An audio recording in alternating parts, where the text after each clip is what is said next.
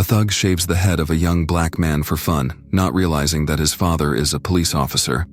If you're new here, I invite you to like the video and subscribe to the channel to help me bring more stories to you. It was a typical spring afternoon in Lyon. The central square of the city was bustling with an endless flow of families, elderly people walking their dogs, and children running around. It was during moments like these that Vincent felt the freedom he had always longed for. He and his friends, all young black men from the suburbs of Lyon, found refuge in this square.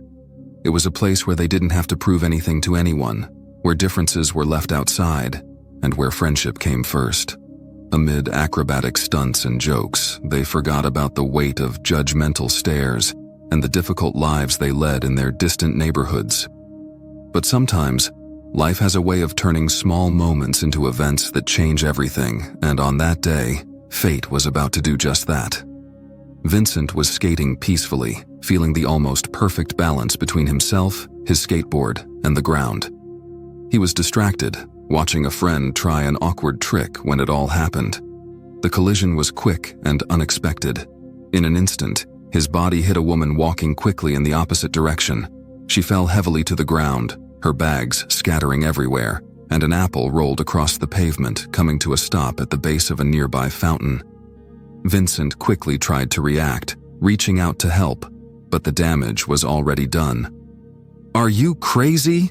the woman screamed, her voice filled with indignation and pain. The tone was loud, almost shrill, drawing the attention of passers-by nearby. Vincent felt disoriented. "Excuse me, madam, it was an accident, I swear," he stammered, still in shock from what had just happened. The woman, with chestnut hair and an elegant face, was named Elodie. At 45, she had a commanding presence that demanded respect. Her disapproving gaze pierced through Vincent, making him feel small, like a child facing an angry adult. But Elodie wasn't interested in hearing any explanations. Feeling pain in her shoulder and hip from the impact, she began shouting, "Police! Police! Someone help me!" Her voice sounded like an alarm, drawing the attention not only of the curious onlookers, but also of the police officers patrolling the square. They were only about 50 meters away, and upon hearing her scream, they began to move toward the commotion. Vincent's stomach twisted. He knew that look from the police officers, a mix of irritation and fatigue, as if they already expected the worst from him before even knowing what had happened. One of Vincent's friends tried to intervene. "It was an accident, madam. There's no need for this," he said. But as the presence of the police grew, the friend realized that the situation could easily escalate. The officers arrived quickly, two imposing figures in uniform. One of them looked at Elodie sitting on the ground, then at Vincent, who was still holding his skateboard in one hand. The assessment was immediate and unfair. Vincent was just another young man from the suburbs causing trouble. "It's him," Elodie said, still sitting on the ground. "He made me fall." Vincent tried to explain himself. "I didn't mean to. It was an accident. I didn't see you," he said, but his voice was cut off by the cold stare of the officer leading the group. It was Mathieu, a middle-aged man with a stern face and an authoritative air. He had heard enough to understand that this was a perfect opportunity to take out his frustration on the young men who, in his view, only came to the square to cause trouble. "You're crazy, kid," Mathieu growled, stepping forward toward Vincent. The young man tried to step back, but he felt the weight of the situation bearing down on him. Under the accusatory gaze of Elodie, the silent contempt of the passers-by, and the anger of the police officers, Vincent realized this wouldn't be a simple accident to forget. Mathieu wasn't just an ordinary officer on patrol, he was Elodie's husband. Seeing his wife hurt and upset, Mathieu's blood boiled, ready to explode like lava. He rushed to help her get up, but his attention quickly turned to Vincent, who looked tiny under Mathieu's piercing gaze. It was a look that sought neither explanation nor compassion. For Mathieu, the context didn't matter. All he saw was his wife on the ground and a young black man in loose clothes holding a skateboard. "You've lost your mind," Mathieu shouted, his voice sharp as a blade. He took a step forward, standing face to face with Vincent. "Do you realize what you've just done? You knocked over a woman in the middle of the square, and my wife no less." Vincent stammered a response. I didn't mean it. It was an accident. I didn't see her." But Mathieu wasn't listening. His wife's pain and his bruised ego took precedence over any excuse. He shoved Vincent forcefully in the chest, knocking the young man back. The skateboard slid away, spinning uselessly across the ground as if it too was scared. Passers-by began to murmur, torn between shock and the fear of intervening. Vincent's friends stepped forward, but Mathieu raised his hand, signaling them to stay back. The other officers remained still, perhaps out of respect for their colleague, perhaps out of solidarity, or simply out of fear. Mathieu turned to his fellow officers and said loud enough for everyone to hear, "This kid needs a lesson, and he's going to get it now." Without giving Vincent a chance to defend himself, Mathieu grabbed him by the arm and dragged him to the center of the square, ignoring the young man's feeble protests. "What are you doing? Let go of me," Vincent cried, but his words were lost in the storm of Mathieu's fury. Slowly, a crowd began to form around them, some murmuring among themselves, others frozen in place. Mathieu turned to one of his colleagues and ordered him to bring an electric razor from the patrol car. Vincent was confused for a moment, but when he saw the object, his heart began to race. "No, don't do this!" he screamed, struggling to free himself. His friends tried to protest, but the other officers held them back. Mathieu held him firmly and began to shave Vincent's hair right there in the middle of the square, under the watchful eyes of everyone. Vincent's dreadlocks, which he had spent years growing, fell to the ground like dead leaves carried by the wind. They took with them not just part of his identity, but his dignity. Silence fell over the square, broken only by the sound of the razor and Vincent's muffled sobs. He no longer struggled. His body was still, but inside it was a whirlwind. Pain, humiliation, helplessness. Each pass of the razor felt like a knife cutting into his soul. When Mathieu finished, he threw the razor to the ground and looked at Vincent with disdain. "Now you'll think twice before causing trouble here," he said without a shred of remorse. Vincent, his face wet with tears, remained silent. He knew that at that moment any words would be in vain. He looked around, searching for a little compassion among the onlookers, but all he found were neutral, apathetic faces, or worse, complacent ones. Mathieu grabbed him again and threw him into the back of the patrol car, heading toward the police station. "This isn't over," Mathieu said. The dreadlocks he had carefully cultivated were now scattered across the square like fallen leaves abandoned by the wind. Each strand represented a part of his story, his identity, his roots, and Mathieu had ripped them out just like pulling a plant from the ground, without respect or understanding of their significance. The police car came to a sudden stop, interrupting Vincent's thoughts. The rear door opened, and he was dragged out roughly. Mathieu held him by the arm, leading him like a dangerous criminal. "Let's see if you learn to respect the law now, kid," Mathieu grunted as Vincent stumbled, trying to keep up with Mathieu's aggressive pace. As they entered the police station, Vincent felt the weight of the other officers' stares. It wasn't just judgment he sensed, but something deeper, a sort of morbid satisfaction. It seemed that many of them were used to treating young men like him the same way, as if he deserved less respect, less humanity. Vincent felt his throat tighten, but held back his tears. Not at that moment. Mathieu entered the commissioner's office with Vincent in tow, still holding him by the arm. The commissioner, a corpulent man whose face showed signs of fatigue and disdain, looked at them over his glasses. "What happened?" the commissioner asked, sounding disinterested, as if this scene were just another mundane affair. "This kid knocked my wife over in the square. He thinks he can do whatever he wants.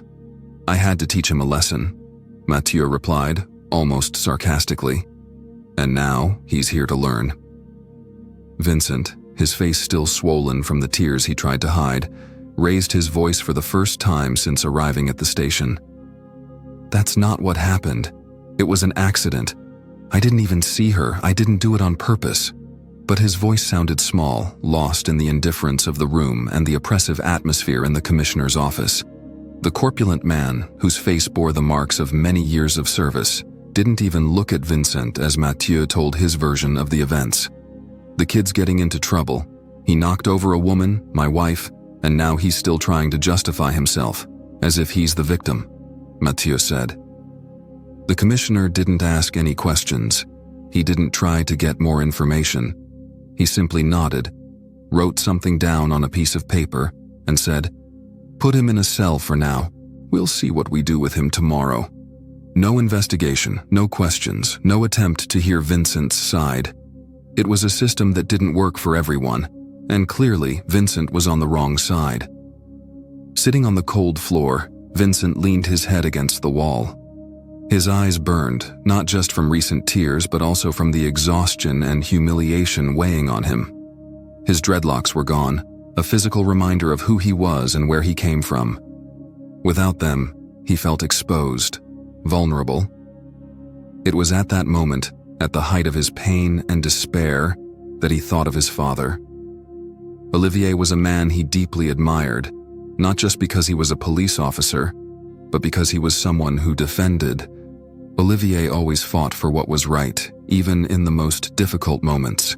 He never hesitated to stand up for his convictions. With trembling hands, Vincent asked to use the phone. The officers hesitated but eventually agreed, not out of compassion but because they thought it wouldn't make any difference. They didn't know who Vincent's father was, nor the weight that man carried. When the phone was placed in his hands, Vincent quickly dialed the number. The phone rang twice before someone picked up. A firm voice answered on the other end. "Dad?" Vincent began, his voice trembling. He tried to stay calm, but the barrier he had built around himself collapsed. I need you," he said, his voice breaking. There was a brief silence, heavy with tension. "What happened, Vincent? Where are you?" his father asked. "At the police station. They arrested me. It's all a misunderstanding.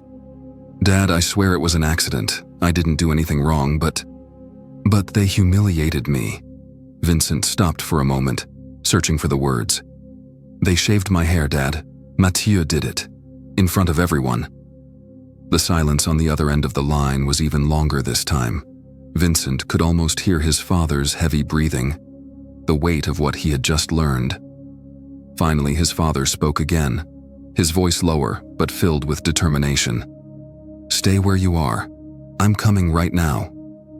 When the call ended, Vincent felt a brief sense of relief, but also deep fear. He knew his father would do everything in his power to help him, but he also knew Mathieu and the other officers would make it as difficult as possible. Yet, for the first time that night, he felt a spark of hope. Soon after, the door of the station opened abruptly and Olivier walked in. His presence seemed to fill the entire room. He was a middle-aged man with a posture that commanded respect and authority. His eyes swept across the room until they locked onto Mathieu and the commissioner. "I want to know what happened to my son," he said, his voice sharp as a blade. Mathieu tried to keep his calm, but it was clear he was uncomfortable. He hadn't expected Vincent's father to be a respected police officer from Limonest, someone with contacts and influence. The commissioner, for his part, seemed lost, as if trying to calculate the best way to respond. "The boy caused some trouble," Mathieu began, but Olivier interrupted him with a gesture. "That doesn't explain why my son's head is shaved. That doesn't explain why he was thrown into a cell without his version of the story being heard." Olivier stepped closer to Mathieu, standing just inches from him. "If you think you can use your badge to humiliate and destroy lives, you're sorely mistaken." The other officers in the room exchanged uncomfortable glances, and the commissioner tried to intervene. "Mr. Olivier, let's settle this calmly. We can talk about this." "There's nothing to discuss," Olivier replied, his anger barely contained, noticeable in every word. I'm taking my son out of here now, and I guarantee this will not be left unchallenged." "Dad," Vincent whispered, his voice low and hesitant. "I'm sorry for all this. I didn't want to cause any trouble." Olivier abruptly stopped the car, pulling over to the side of the road. He turned to his son with an intensity Vincent had rarely seen. "Sorry? You're apologizing? Vincent, you did nothing wrong." His voice was firm but tinged with emotion. "Don't let anyone make you believe this is your fault. It was an accident, and what they did to you is unforgivable." Vincent looked at his father, tears returning to his eyes. He had always admired Olivier, not just because he was a respected police officer, but because he was a man of integrity, someone who always stood for what was right.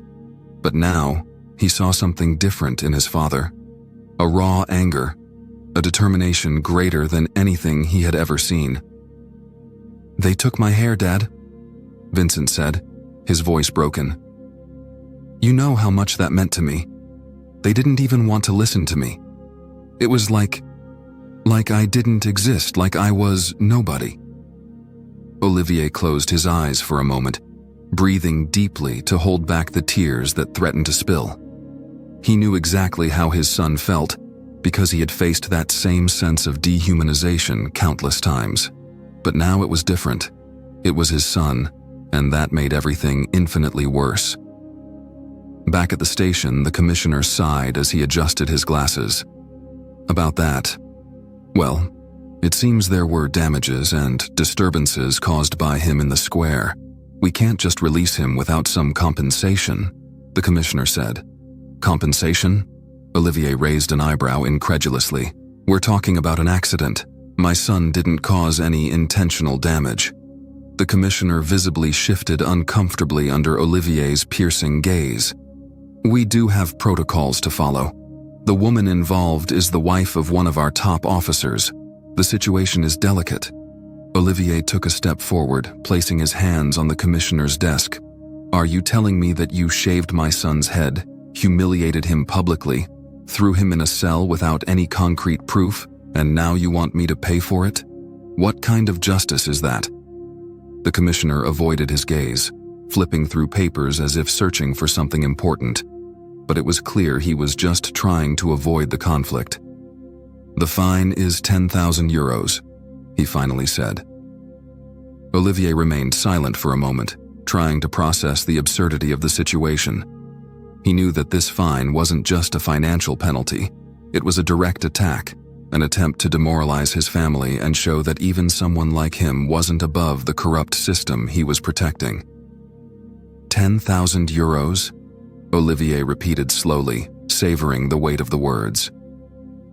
You're asking for 10,000 euros to release a young man who was a victim of abuse of power. Don't you have any shame?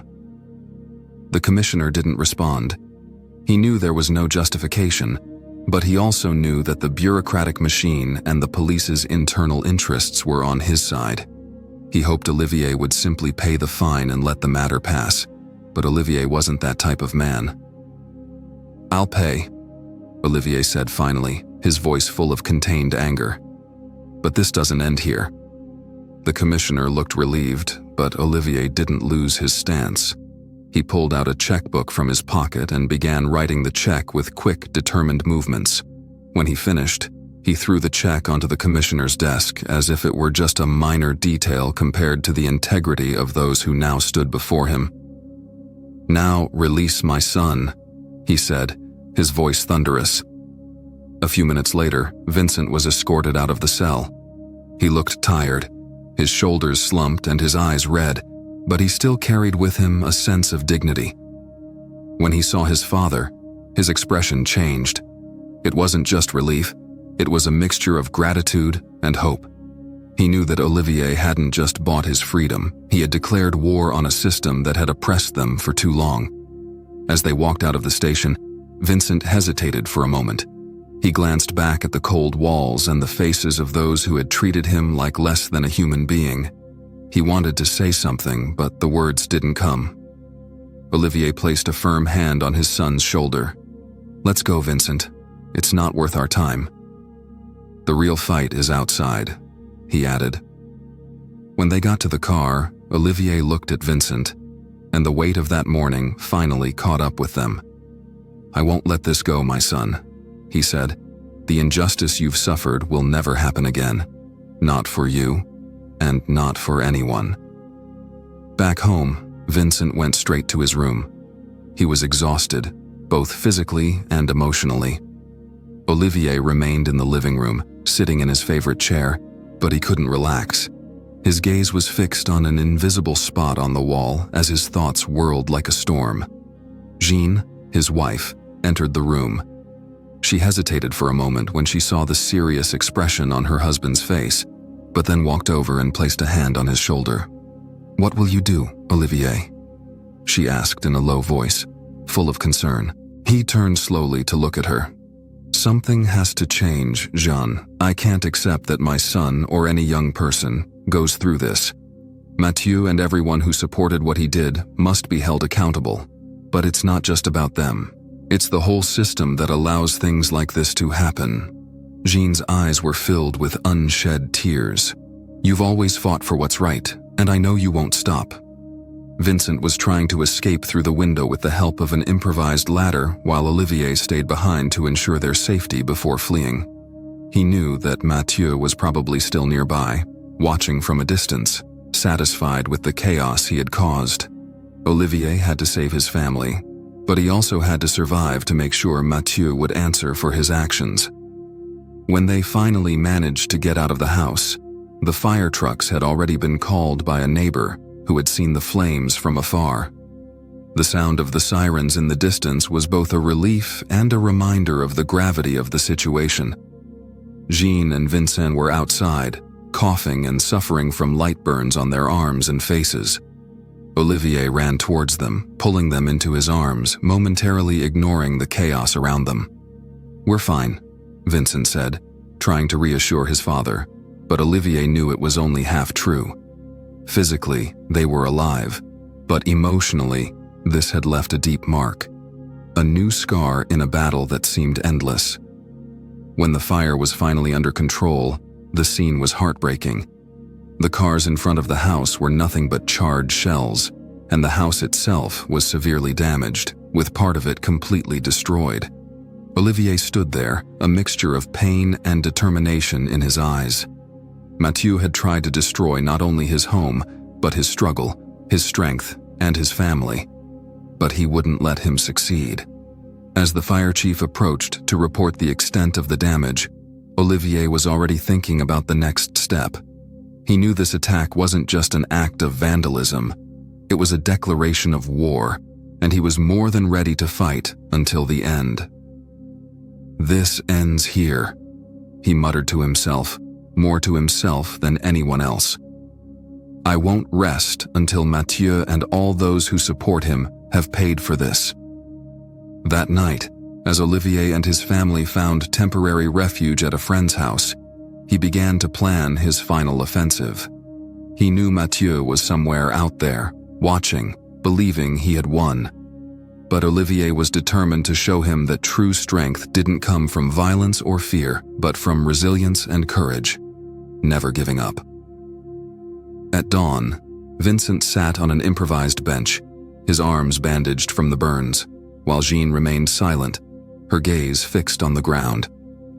She too had marks from the fire on her face and arms, but what worried Olivier most was the constant fear in her eyes. It was as if, from that moment on, the world had become a dangerous place, even within the walls of their own home. The anger burned inside Olivier, but it was controlled, channeled toward one single goal: to end Mathieu and his gang once and for all. He knew Mathieu wouldn't stop until he got what he wanted. The attacks had already crossed every line. Now it was a matter of survival, not just for him, but for his family, and for everyone who relied on the new law to protect their lives. As the fire department finished assessing the damage and the neighbors watched from a distance, Olivier stepped away and took out his phone. He dialed a direct contact in the federal government, a man who had been his ally since the early days of the fight for the law's adoption. "We need help," he said, his voice firm but emotional. "This is no longer about an angry policeman. Mathieu and his men have declared war. They won't stop until they've destroyed everything." On the other end of the line, his contact's voice was grave but compassionate. "I understand, Olivier, and you're right. We can't let this go on. I'm going to organize a military intervention. The army needs to handle it because it's clear that the local police can't, or won't, solve this problem." Olivier took a deep breath. He knew asking for military intervention was a drastic decision, but he also knew he had no other choice. Mathieu had crossed every line, and now he was a threat not only to Olivier's family, but to the safety of the entire city. In the days that followed, Olivier worked closely with federal authorities and the military to develop a plan. It involved a precise, targeted operation to capture Mathieu and his gang. The location of the confrontation would be carefully chosen, and military forces would be mobilized discreetly, so Mathieu wouldn't have time to react. Meanwhile, Olivier's house was under constant surveillance. Security teams were assigned to protect Jean and Vincent, but Olivier knew it was only a temporary measure. Mathieu was relentless, and he needed to be stopped once and for all. One evening, as Olivier was reviewing the operation's details with the military, Jeanne confronted him, clearly upset. "How much longer will this last, Olivier?" she asked. "How long will we live in fear? I can't stand seeing Vincent like this. I can't take living like this anymore." Olivier set his papers aside and took Jeanne's hands in his. He saw the pain in her eyes, a pain he deeply understood. "I know, Jeanne. I can't stand it either. But I promise you, this will end. Mathieu won't hurt us again. I will make sure of it." She looked at him for a long moment, searching for certainty in his words. Finally, she nodded, but the fear remained in her eyes. It was hard to believe in safety when everything around them seemed to be crumbling. 15 days later, the operation was launched. The military arrived discreetly in Lyon, setting up a temporary base in a strategic location. The information Olivier had provided about Mathieu and his allies was crucial in developing the plan. The place of confrontation was selected, a remote area where Mathieu believed he still had control before they set out on the operation. Before leaving for the mission, Olivier went to see Vincent, who was sitting in his room staring out the window. "Dad, are you really going to face them? Mathieu is dangerous. He won't play fair." "I know," Olivier replied, placing a firm hand on his son's shoulder. "But that's exactly why I need to do this. It's not just for us, Vincent. It's for all the people he's intimidated, humiliated, and hurt. If I back down now, he wins, and I won't let that happen." Vincent nodded, but the fear in his eyes was obvious. "Be careful, Dad." Olivier pulled him into an embrace. "I promise you." That night, as Olivier prepared for the confrontation that would decide their future, he carried more than just documents and strategies. He carried the weight of his family, the community, and a fight for justice that seemed endless. Mathieu had burned everything, literally, to intimidate them. But Olivier, even marked by the flames, stood tall, and now he was ready to deal the final blow. The soldiers, focused and silent, descended from vehicles with professionalism. Every movement was calculated, every step carefully measured. The commander of the operation, a tall, strong man, spread a map on an improvised table, while Olivier, standing beside him, observed carefully. He wasn't a soldier, but his experience as a policeman and his deep understanding of the enemy made him a key asset in this plan. "Mathieu thinks he still has control," Olivier said, pointing to a spot marked on the map. "He's chosen a remote spot, a cabin in a clearing in the forest near the Swiss border. It's an area he knows well, and he's probably set up traps or escape routes, but he doesn't expect us to approach this with precision." The commander interrupted firmly, yet collaboratively. "Our priority is to capture them alive, but we're prepared for any escalation in violence. Mathieu is dangerous, and his men are too. We know he's hired mercenaries to reinforce his position." Olivier nodded, but his face showed a determination that went beyond strategy. For him, this operation wasn't just about capturing criminals, it was about protecting his family and putting an end to a cycle of pain and violence that Mathieu had imposed on them. While the plan was revised, Olivier stepped into a private room to make a call to his house. Jean answered, her voice hesitant. She knew where he was and what he was about to do, but that didn't make things easier. "We're ready," Olivier said, trying to keep his voice steady. "I want you and Vincent to stay safe. Don't leave the house for any reason." "I know," Jean replied, trying to hide her worry. "Just come back to us, Olivier." "I promise," he said, his words carrying weight that only he truly understood. He hung up the phone, put it back in his pocket, and returned to the preparations. The soldiers gathered, checking their weapons and gear. Drones would be used to monitor the area and ensure no surprises awaited them. Once everything was ready, the commander addressed the group, his voice firm but respectful. "This operation is to neutralize a serious domestic threat. Follow the protocols and remember, the priority is the safety of everyone, including civilians." With that, the vehicles began their journey toward the forest. Olivier was in one of the lead vehicles, beside the commander. He knew he was about to face his enemy head-on, but his mind was calm. There was something freeing about the certainty that he was doing the right thing. Police intimidation and abuse of power now had a new hope. The law created by Olivier, adopted just a few weeks earlier, proved that it was not just a piece of paper, but a real weapon against injustice. However, for Olivier, the victory was more complex. He knew that the struggle for equality and justice was an ongoing battle that required constant vigilance. He understood that Mathieu was only one part of a larger system, a system that still needed deep changes. Yet, as he walked through the streets of his city, receiving grateful looks and words of encouragement, he felt that, in a way, he was on the right path. The capture of Mathieu was not the end, but an important step, a proof that good can prevail when one has the courage to face it. The city of Lyon, recognizing the impact of what had happened and the crucial role Olivier played in protecting its citizens, decided to honor him and support the rebuilding of his life. During a special meeting, the mayor announced that the city would offer Olivier and his family a new home, a symbolic gesture to recognize his courage and sacrifices. When Olivier received the news, he felt a mix of relief and gratitude. While he knew that no gesture could erase the trauma they had endured, he saw this new house as an opportunity to start over. The property was located in a quiet neighborhood, surrounded by trees with a garden that Vincent immediately imagined turning into a place for relaxation and skating. "This doesn't replace what we lost," Jean said as she visited the place for the first time. "But it's a good place to rebuild, to become a family again."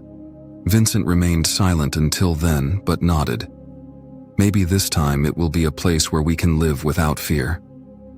Olivier looked at them, feeling a new spark of determination light up in his heart. He knew that this house was not just a physical place, it was a symbol of everything they had accomplished, and everything they still had to fight for.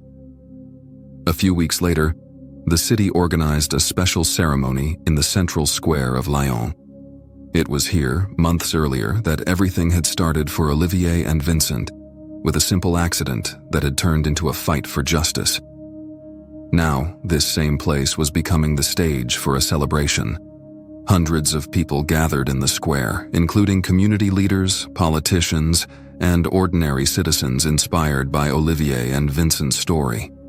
The ceremony began with moving speeches where the mayor and other figures highlighted Olivier's courage in the face of a system that seemed unchangeable. "Today," the mayor said in his speech, "we celebrate not only the victory against injustice, but also the strength of a family who, in the midst of suffering, chose to fight for what is right. Lyon is a better city thanks to people like Olivier and Vincent." At the end of the speech, it was announced that the square would be renamed in honor of Vincent.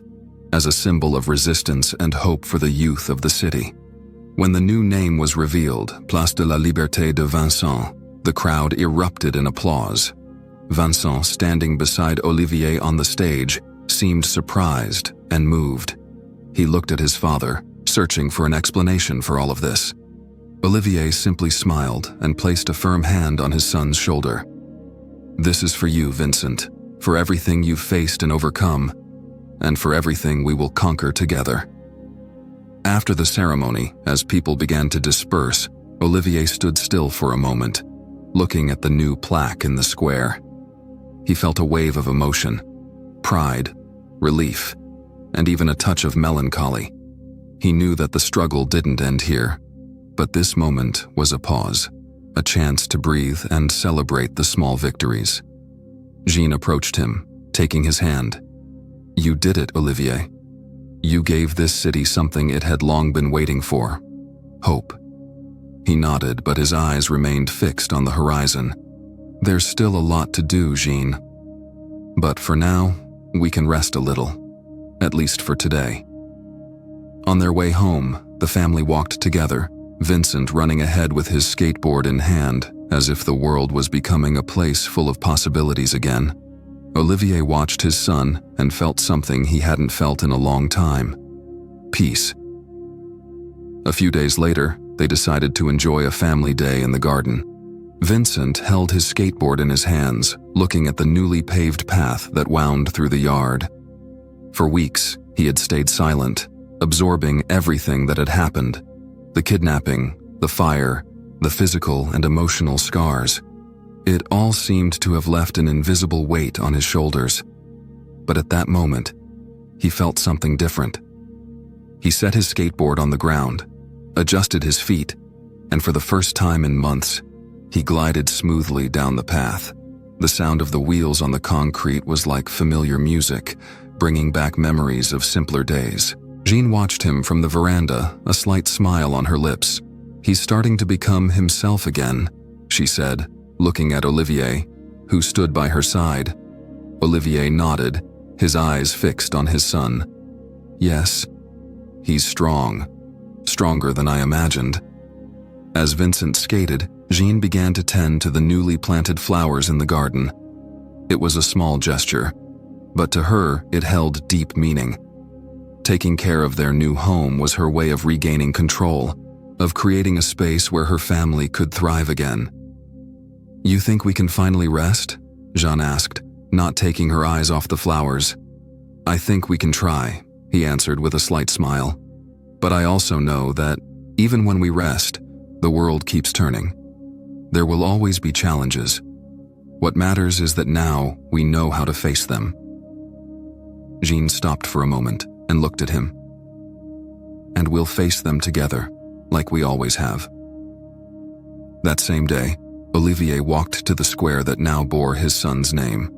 He had promised to visit this place as often as possible, as a reminder of everything he had accomplished and everything he still needed to fight for.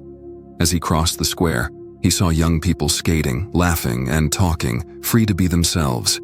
He thought of Vincent, how this place had once been the scene of suffering, but now it was a place of freedom and celebration. Olivier stopped in front of the plaque, reading Place de la Liberté de Vincent. He ran his hand over the letters, feeling the weight of the words. Freedom had never been an obvious thing to him. It was a constant struggle, something that had to be protected at every moment. He remembered all the people he had supported along the way, the politicians who had believed in his vision, the soldiers who had risked their lives to eliminate a threat, and above all, his family, who had stood by him even in the darkest times. That afternoon, when Olivier returned home, he found Vincent and Jean in the living room, laughing at something Vincent had said. The scene was simple, but to Olivier, it felt like a miracle. The peace he had been seeking for so long was finally beginning to settle in.